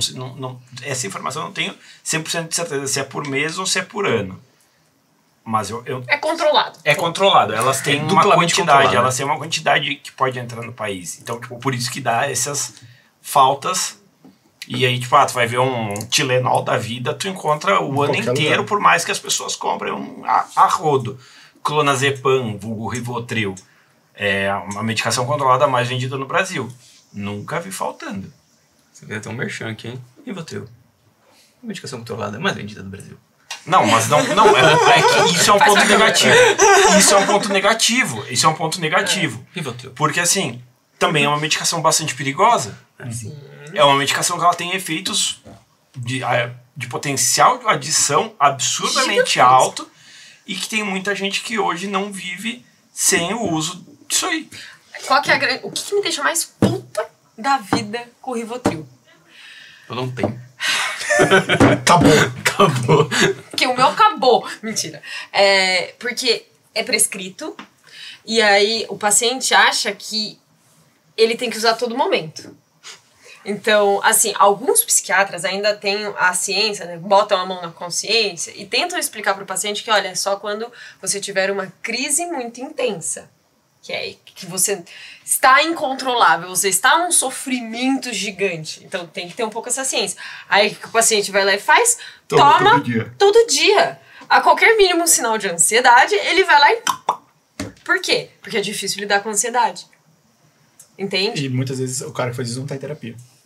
A maioria das vezes, eu já tive paciente assim, que começou a tomar Rivotril e saiu da terapia. Porque problema resolvido, não é mesmo? Não, mas aí eu vi um negócio esses dias que eu achei super legal, que acho que era uma farmácia no Sul, se eu não me engano, que eles venderam um medicamento que era desses controlados, né, psicoativos, e aí o farmacêutico, ele colocou tipo um adesivinho assim na capinha, falando, você vai tomar tantas vezes por dia, durante tantos dias, tem tantos comprimidos na caixa, e dava o telefone do farmacêutico, do técnico em farmácia da drogaria. E, tipo, se você tiver qualquer dúvida e quiser conversar, é nesse número, e uma semana depois dela comprar o remédio, a farmacêutica ligou pra ela, tipo, olha então, eu queria saber se você tá tomando certo, uma vez por dia, blá blá blá, tá tudo bem. E eu achei isso ótimo, só que assim... Nossa, já tá pensando que o super leva vender por fora, assim, ganhar o sabe, roubar da farmácia. Mas é um negócio que, tipo, eu acho que deveria ter esse cuidado da farmácia também. Com certeza. Mas não justifica a incompetência do médico em prescrever. Eu tenho uma opinião que pode ser um pouco impopular. Eu acho que isso vai funcionar. Eu acho que médicos não deveriam prescrever medicamentos. Eu concordo. Porque médico de verdade diagnóstico. Exato. O médico muitas vezes grande maioria das vezes não entende de medicamento. Eles prescrevem o que eles foram treinados para prescrever. E não entendem a lógica farmacológica da utilização de medicamento X, Y ou Z. Quem entende de medicamento? Farmacêutico. Isso é muito louco, né? Porque eu já tive casos, né? E conheci pessoas que começaram a tomar remédios controlados, psiquiátricos, e aí vai se assomando, né? Então ele começa a tomar aí ele... Então, é o antidepressivo, aí é o Rivotril pra crise, aí é o Zolpidem pra dormir, aí é o não sei o que pra... E vai aumentando.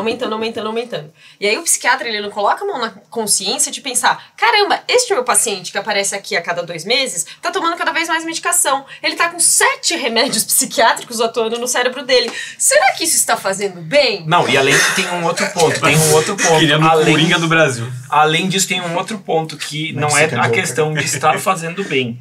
É a questão de muitas vezes esses médicos não terem nem a mínima responsabilidade de fazer dosagem de, principalmente enzimas hepáticas, porque tu pode estar tendo uma interação medicamentosa fodida, destruindo o fígado do paciente. Não só o fígado, mas uma das principais, por questão de metabolismo e tal. Tem muitas drogas que elas acabam interagindo, tendo enzimas hepáticas em comum, e isso causa lesão. Surgiu até recente um estudo falando que o uso estendido de lítio, acho que afeta a função renal também, então tipo, tem que fazer medida, porque tem paciente bipolar que tá tomando lítio há um tempão e aí tá tendo alteração de função renal. É que no caso do bipolar, ele vai tomar. Ele vai ter que tomar o lítio. Não, sim, mas é tipo, agora que estão percebendo que tem que acompanhar. Tem que acompanhar, tem que, né? Medir.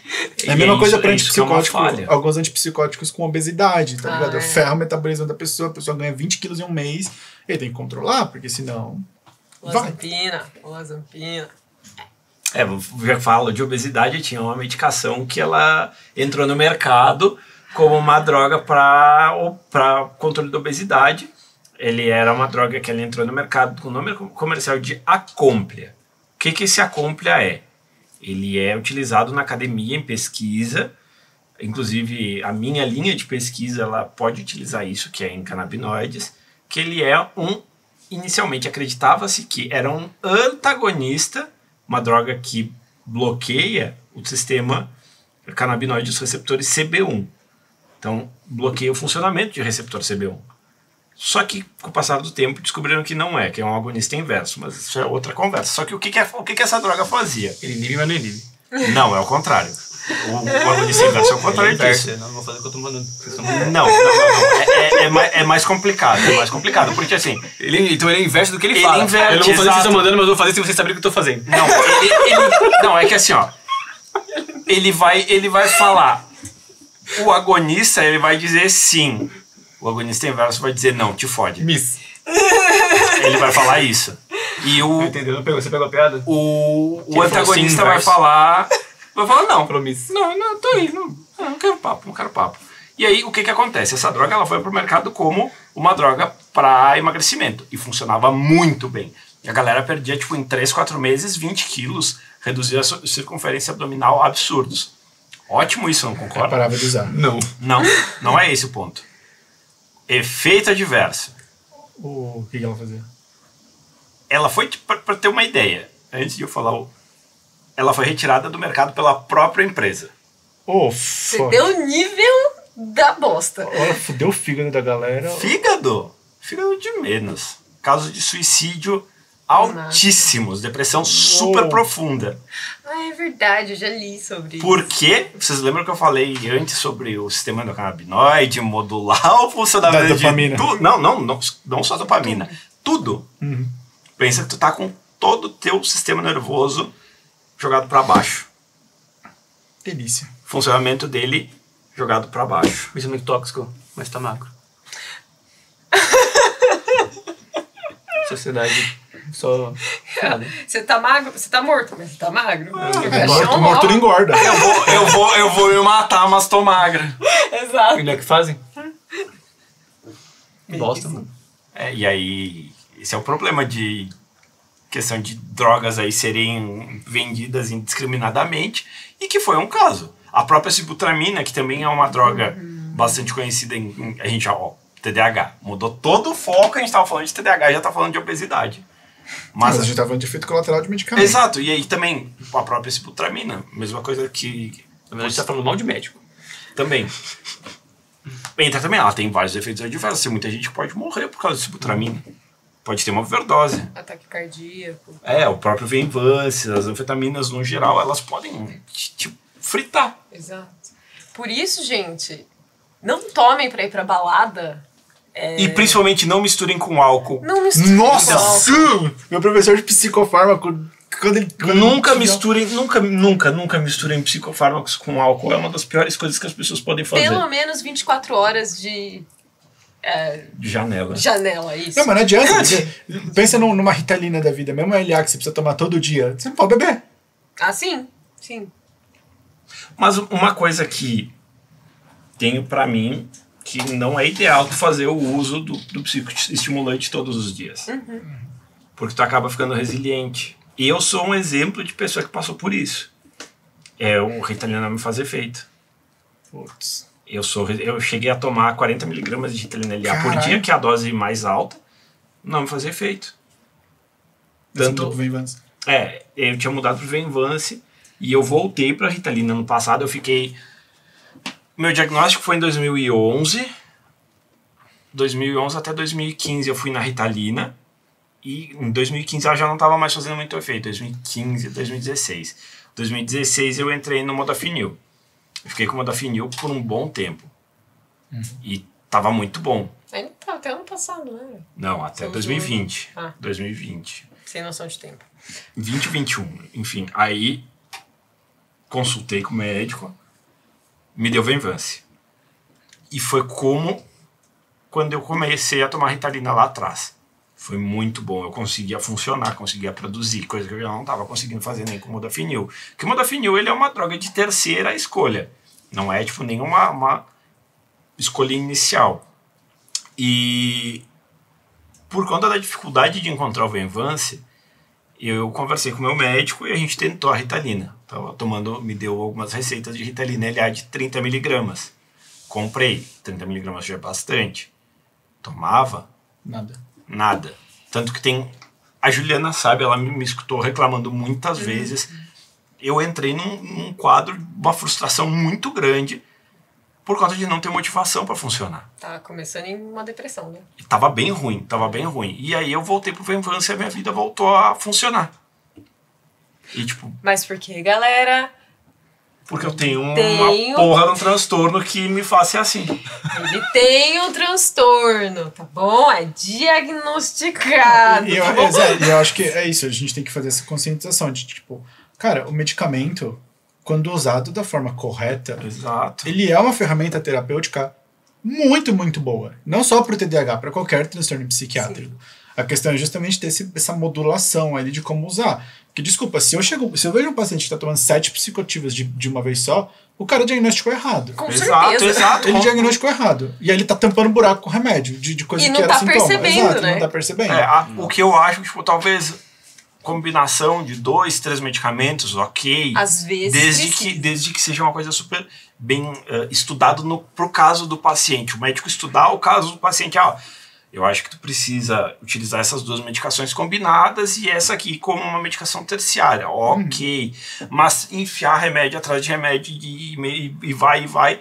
Uma hora tu perde o paciente, perde o controle do teu paciente e o paciente acaba estando mais prejudicado do que tendo efeitos terapêuticos. E aí, voltando no que eu estava falando sobre o negócio de não tomar todos os dias, hoje mesmo, eu não tomei, porque não é um dia que eu precise estar com minhas funções executivas plenas.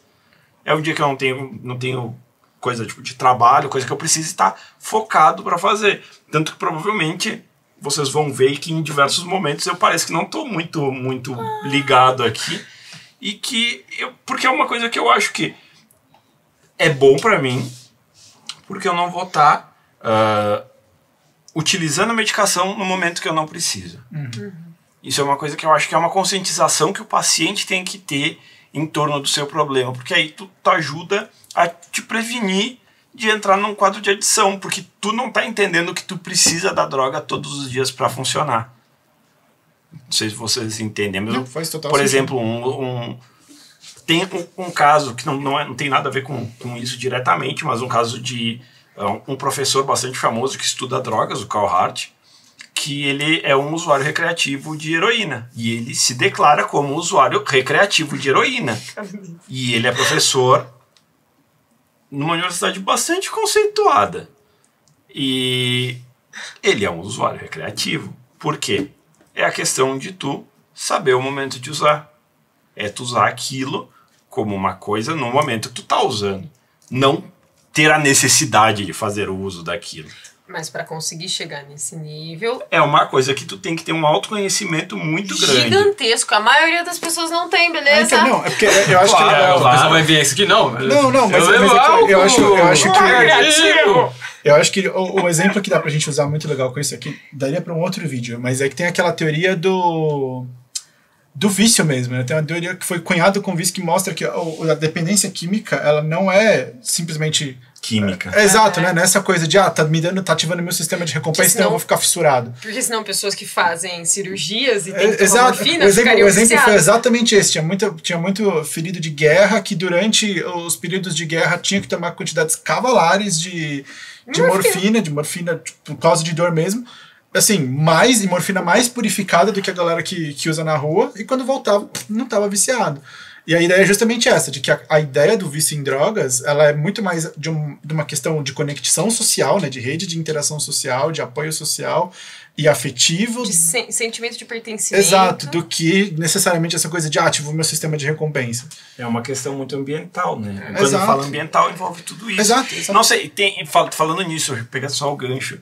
Vocês já viram aquele estudo do Rat Park? É desse mesmo que eu ia falar. Isso é maravilhoso. Porque eles pegam um ratinho e colocam 2 bebedouros, né? Um bebedouro com cocaína e um bebedouro com água normal. E quando os ratos estão na gaiola social, né? Então, na verdade, não é uma gaiola, é uma caixa gigantesca, isso, que é uma colônia. É um parque de diversões, basicamente, Exato. o rato. Então os ratos podem fazer... a Disney. Exato, eles podem fazer o que eles quiserem lá, eles estão com um grupo Disney social. dos ratos com ratos lá dentro, Exato. amiguinhos. Podem copular à vontade. É porque na Disney tem um monte de rato. É, né? Disney mais 18. Mas então, e tinha essa gaiola social, então os ratos podiam fazer o que eles queriam lá, tinha espaço pra tudo, eles estavam num ambiente sem estressor nenhum.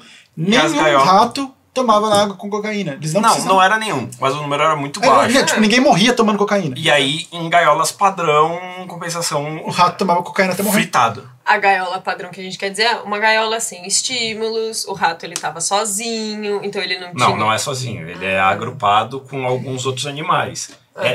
Quando eu falo em gaiola padrão porque a gente tem experimentação animal, que é uma gaiola com uma maravilha, uma serragem, um forramento adequado, com alimento e luz adequados, temperatura de ambiente adequado, só que não é uma caixa com enriquecimento ambiental. Então ele tá ali com os coleguinhas de caixa dele, e aí eles tinham as 2 garrafinhas de água, como o Rafa falou, uma com presença de cloridade de cocaína e a outra só com água. E eles fritavam. Nessa galera eles tomavam cocaína até morrer. Então só tinha o necessário para viver, eu tinha outros reforçadores sociais. Exato.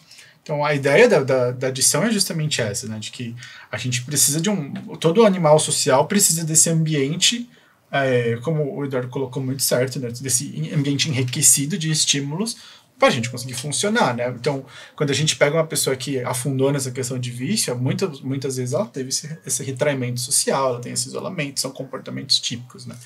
E então tem essa questão de, por que eu consigo fazer o uso recreativo?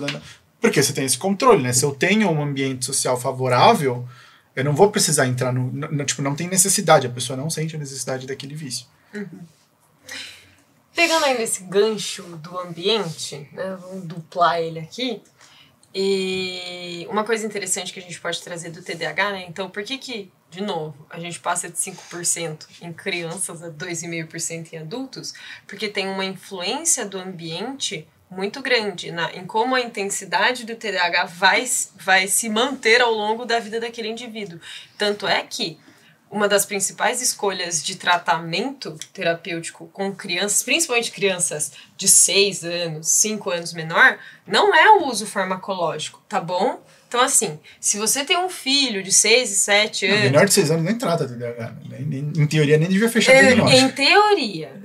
Aí que tá. É isso que eu quero alertar. Mas o propriamente finidato, ele não é indicado para crianças menores que 6 anos de idade. Exato, mas a gente tem sim crianças que são medicadas e assim, essa é a grande questão, de que se a gente está falando de uma criança que tem um risco para TDAH, porque a gente não pode, teoricamente, fechar com 6 anos de TDAH, mas ela tem um risco muito grande, ela está apresentando características que bateriam ali muitos critérios daqui a pouco, a primeira coisa de tratamento que a gente tem é intervenção familiar. Então, no contexto, ensinar estratégias, treino parental, isso tudo a gente vai... Por quê? Porque aí a gente está alterando o ambiente daquela criança para ela ter mais chance de conseguir aprender a regular aquilo, entende? Então, assim, sempre que a gente está falando de crianças, principalmente crianças, principalmente até os 13 anos, a gente evita ao máximo usar o medicamento, pelo menos no TDAH, a primeira escolha é, vamos fazer um treino, vamos tentar aqui com outras vias. Não está funcionando? Continua apresentando? Está tendo piora do quadro? Aí a gente pensa em entrar Acho que depende do caso. Eu acho que depende do Com caso. 6 anos, com 6 anos eu concordo. Agora 7, 8 anos eu acho que você... Dependendo do caso. Necessidade. Então, mas o primeiro tratamento de escolha é você fazer uma tentativa terapêutica, psicoterapêutica antes. Não funcionou, aí você entra com medicação. Eu não tô falando que você vai fazer uma tentativa terapêutica durante 3 anos. Eu acho que... Né, eu acho que em as casos... duas coisas devem vir combinadas. Eu acho que em caso grave você fala, vai no psiquiatra infantil, a gente faz a intervenção comportamental, faz a modulação ambiental. Eu sempre acho que vale fazer uma intervenção primeiro. Nem que seja assim, 3 meses antes. Vamos testar 3 meses. Em 3 meses a criança repete de anos, você pega um caso muito grave. Eu puxando um pouco pro lado farmacologia e menos pensando no lado psicológico da coisa. Eu acho que a partir do momento que tu tem uma disfunção neuroquímica, essa criança, tu pode fazer o que tu quiser. Tu tem uma disfunção neuroquímica, tu não vai resolver isso só com a psicoterapia. Não vai resolver, mas aí que tá. A gente tem neuroplasticidade, a gente tem essas alterações que, querendo ou não... Isso tem em vida adulta também. Sim, mas é muito maior na infância. Mas o ponto é, tem casos que tu não vai... Tu vai atrasar a criança. Tu ter essa abordagem, porque assim... Essa abordagem tu tá sendo assim, tu tá sendo um cavalo olhando só pra frente, com um tapa-olho aqui olhando só pra frente. Tu não tá enxergando os lados. É porque aí eu acho que assim, a gente tá levando... O que vocês não estão levando em consideração é... Tá existindo sim uma medicalização muito grande da infância. Esses casos graves não são tantos casos graves quanto está acontecendo. Não tem medicalização da infância, tem diagnóstico errado. Exato. Tem diagnóstico errado, isso aí. Então, mas aí que tá. Se você tem um TDAH que é manejável só com comportamento, beleza. Mas se tem um caso grave, ele tem, quanto antes ele for medicado, mais ele vai funcionar. Mas aí não tem essa de eu faço 3 meses pra ver se funciona. A gravidade, ela não é especificada. Então, esse é o grande problema pra mim. A gravidade é especificada no prejuízo funcional. Então, mas o psiquiatra ele não vai falar isso. Ele vai falar assim, tem TDAH, ponto. Não, nem todo psiquiatra. Infelizmente, a grande maioria... Nem todo homem. Sim, todo homem. Mas é que tem muitos psiquiatras que, felizmente, estão começando a ter uma visão um pouco mais ampla da coisa e tentar entender a situação do paciente. O que, infelizmente, não é uma grande realidade. Eu, em toda a minha vida, por exemplo, eu encontrei um único médico que é assim, que, inclusive, até hoje, é o médico que se eu puder consultar com ele, é com ele que eu consulto, que foi o médico que me diagnosticou inicialmente.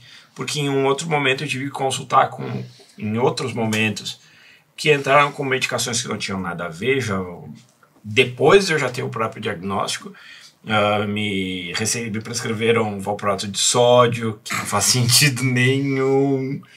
Então, coisas que realmente não fazem sentido. Inclusive, em um momento já, quando eu comecei a fazer o uso do Venvance, eu faço utilização de uma dose de 50 mg por dia, o médico me prescrever 70 e eu falo para ele, não faz sentido. Não, porque tem que usar a dose mais alta. Não faz sentido. Por tu tá me dando a dose mais alta, eu já tenho um histórico de ficar resiliente à medicação. Você já vai me jogar com mais alta? E tu quer me jogar uma dose mais alta? E aí, depois, eu ficando resiliente a essa dose, o que eu faço? Tomo no cu. É o próximo remédio que você vai tomar. Mas é uma motivação. Um supositório. Absorção.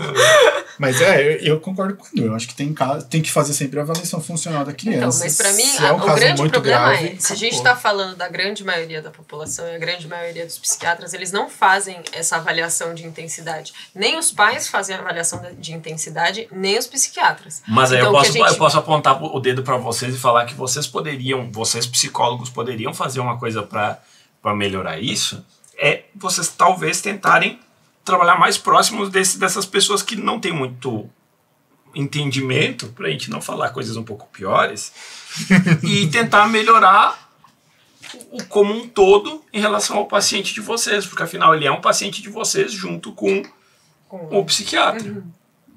E talvez vocês, enquanto psicólogos, atuando em conjunto com eles, tendo uma abordagem interdisciplinar, que é o que vai determinar o sucesso do paciente ou não. Eu acho mais fácil eu virar pro psiquiatra e falar, olha, com a intervenção comportamental dá pra tirar, vamos tentar tirar a Ritalina dele, do que falar, não prescreve e a criança precisa. Exatamente. Ai, quantas vezes você consegue falar com o psiquiatra? Nossa, quando me mando mensagem, ligar no consultório do maluco, a secretária que atende, mas eu marco consulta com o cara, eu faço essas coisas pra falar com os caras. Sei, mas é um rolê? Tem muito psiquiatra que não, Não, quer tem psiquiatra nem que não quer. Não, isso com certeza. Isso, assim... Mas daí tu pega e pode falar com o familiar do teu exato, paciente, fala ó, com a mãe, esse médico aí, tentei... Nossa, eu já virei pra paciente e falei, troca de psiquiatra. Exato. Troca. Eu acho que é o que vocês têm que começar a fazer isso enquanto profissionais dessa área de saúde mental.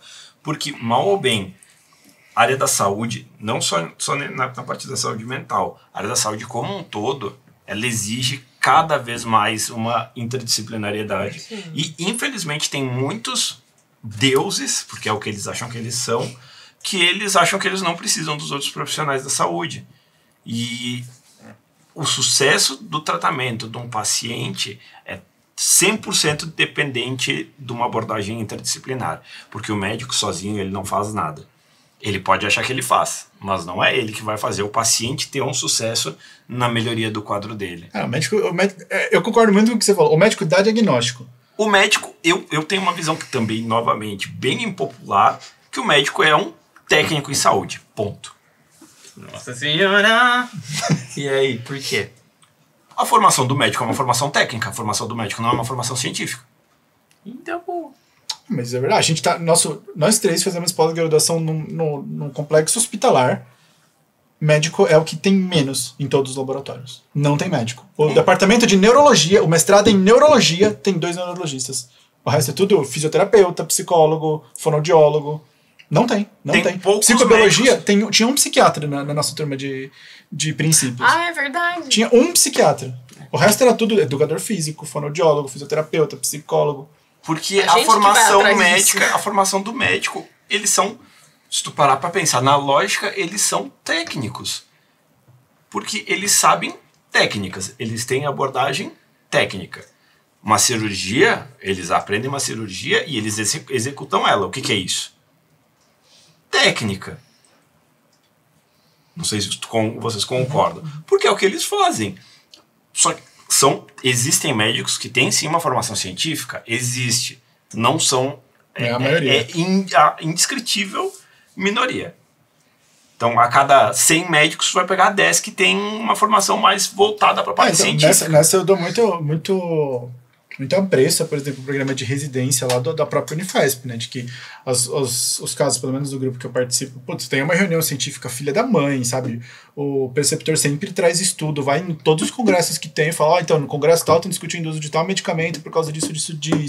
Vamos fazer, tem geneticista no grupo, tem farmacêutico no grupo, porque apresenta todo o mecanismo de atuação. Então, tem grupos que eu acho que ainda tem esse esforço, mas a realidade é essa, tipo, a grande maioria dos médicos é tipo, olha, o que você tem? Você tem X coisa. Então, para X coisa é medicamento XYZ. Começa com X. Se não funcionar, eu vou pro Y. Se não funcionar, eu vou pro Z. E Exato. tomara que funcione. Sabe? Exato. É esse o ponto. Por isso que eu tenho essa opinião de que o médico ele é mais um técnico do que um profissional científico. E eu acho... O Rios vai ser divertido. Eu acho que se a gente tivesse formações médicas mais voltadas para esse lado científico, fugindo do que a gente está vendo cada vez mais no Brasil, que é essa distância total dos médicos em relação à ciência, só a gente vê o tempo da pandemia dando cloroquina para as pessoas, enquanto toda a ciência dizendo não funciona. Não, pode dar que não dá nada, vai lá. Conselho Federal de Medicina pode prescrever. E Conselho Federal de Medicina liberando homeopatia. É isso aí, dá água aos pacientes. Reconheceu como especialidade médica. Então, homeopatia é reconhecida como uma especialidade médica. Você pode ser especialista em homeopatia. E aí, como tu vai dizer que isso é uma coisa científica? A mesma coisa da psicanálise na psicologia. Né? Exato, como tu vai dizer que é uma coisa científica? São esses pontos que a Juliana tá infartando. Eu sinto. Gente do céu. São tantos níveis de coisa errada. É que a época da pandemia foi maravilhosa, porque aí todo mundo começou aquela discussão. 600 mil mortes. Que não. Maravilhosa, gostoso, maravilhosa né? para discutir essa questão do medicamento, porque teve justamente aquela questão de mas estão querendo restringir a liberdade médica de diagnóstico, de prescrever o que ele bem entende. E aí, para todo mundo que conversava disso comigo, falava, mano, sim! Porque o cara, ele não pode prescrever um remédio para você porque ele acha que vai funcionar. Porque, ele tem que ter uma evidência. Exato, ele tem que ter uma prova. Então não é tipo, eu acho que isso vai dar certo, toma aqui e vamos ver. Porque aí no toma aqui e vamos ver, você pode estar fudendo seu fígado, você pode estar ferrando seu corpo, você não sabe que isso está acontecendo porque vai ter efeito colateral daqui a alguns anos. E ele não vai fazer uma análise. E ele tá pouco se fudendo, tá ligado? Você vai no clínico geral, o cara te prescreve aquele antipulga lá, ivermectina. Aí se fode seu fígado, depois você vai ter que ir no hepatologista. O hepatologista vai brigar com você, mas o que você vai fazer com o clínico geral que te prescreveu? Um abraço, sabe? Vou processar. E aí, o Conselho de Medicina aprovou, e aí? E aí chega na hora, vou processar, fala com o teu médico, vou processar, eu falo, não, porque veja bem, não é assim. Ele tinha um motivo na hora que prescreveu. E é sempre essa passação de pano de um pro outro. Aí é conduta errada atrás de conduta errada, atrás de conduta errada, e quem acaba sendo prejudicado? O paciente. E aí se a gente tivesse, voltando à questão que a gente estava debatendo antes, essa abordagem interdisciplinar, tu acaba de certa forma, corrigindo esses erros. Porque tu vai ter um olhar um pouco mais científico de um lado, um olhar um pouco mais técnico do outro. Foi a cadeira? Foi a cadeira, olha.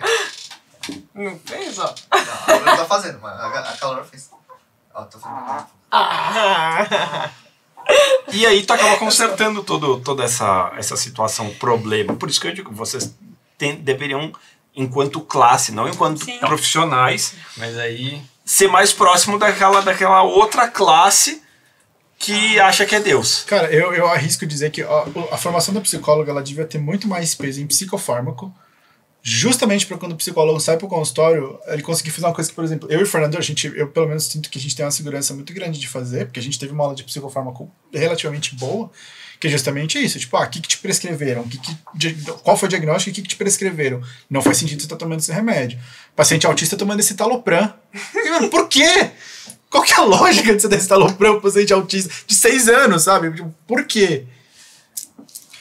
Uma coisa que eu posso falar com muito orgulho, pelo menos na clínica onde eu trabalho, a gente só trata, assim, a gente fala com todos os profissionais. Então, isso é ótimo. Todo caso de avaliação a gente vai falar com a escola, a gente vai falar com a família, a gente vai falar com os médicos, a gente vai falar com o psiquiatra, a devolutiva de avaliação é com o psiquiatra também. Então, tipo, isso a gente faz, porque realmente, cobra caro? Cobra, por quê? Porque a gente faz tudo que tem que ser feito. E, então, isso que você tá falando, quase ninguém faz. Então, eu acho... É um diferencial e que é uma coisa que não, no meu ponto de vista, não deveria ser um diferencial, deveria ser a regra. E aí quando as pessoas falam assim, mas o valor é X, sei lá, maior do que a média que as pessoas cobram. Eu não falo dessa forma, mas é porque a gente faz muito mais do que a média. E o que é muito foda, assim, é a quantidade de reavaliação que eu faço, porque o psiquiatra pega, porque pagou barato, e fala assim, não dá pra entender nada com isso aqui, você vai ter que fazer outra. Aí volta pra mim. Você pagou 2 avaliações.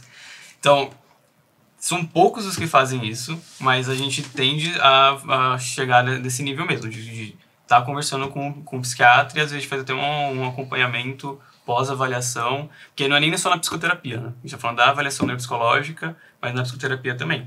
Então, tipo, é exceção, mas... E as duas coisas deveriam caminhar juntas. E dependendo do caso, não é nem psicoterapia, né? Reabilitação, que são coisas completamente diferentes. Tipo, TDAH Você precisa de psicoterapia por causa da regulação emocional e de reabilitação para controle de estímulo, né? Exato. Controle ambiental. Então são coisas diferentes. Por isso que a terapia do TDAH a gente fica oscilando nessas questões. Ah, não. Eu acho que devia ser dois profissionais diferentes. Porque se você fica oscilando, é isso. Tipo, um dia ele tem demanda de humor, eu queria fazer treino de função executiva. Não dá. Eu preciso fazer demanda de humor, porque bagunça, né? E eu acho que você tinha um... A gente não falou de comorbidades, né? Mas acho que... A gente falou falou um pouquinho, por cima, assim. o básico. falou sobre o É porque TOD. TDAH, eu acho que a questão do TDAH, pelo menos eu vejo muito do ponto de vista neurobiológico, de que, se pega a via dopaminérgica, Vai afetar muito. qualquer afetar. merda, exato, Caramba. qualquer bosta que você tiver vai pegar. Depressão vai ter sintoma de desatenção, ansiedade vai ter sintoma de desatenção, esquizo vai ter sintoma de desatenção, tudo vai ter sintoma de desatenção, porque tudo pega a via dopaminérgica. Cara, é receptor de dopamina D4, D5, dopamina hidroxilase. Decora. Acredito que a gente falou bastante, extensivamente, quase que verborragicamente sobre TDAH, né? Acho que foi um episódio interessante. Não sei. Senhor Eduardo, muito obrigada por vir nos agraciar com tamanha presença. Não é porque eu sou grande, é porque é pequeno. Ou as duas coisas. Né? Depende com o que a gente comparar. Até porque eles também não são a maior experiência de altura, né? É isso aí. Você viu o TDAH aqui, distraiu, hiperatividade. Tchau, tchau. Acabou, A acabou, Juliana, acabou. a Juliana é um desvio padrão abaixo da média e o Dom desvio padrão acima e o Fernando não tá na média. É que depende do que a gente tá falando. De altura. Enfim, Se a gente estiver falando Tchau, de pessoal! centro gravitacional,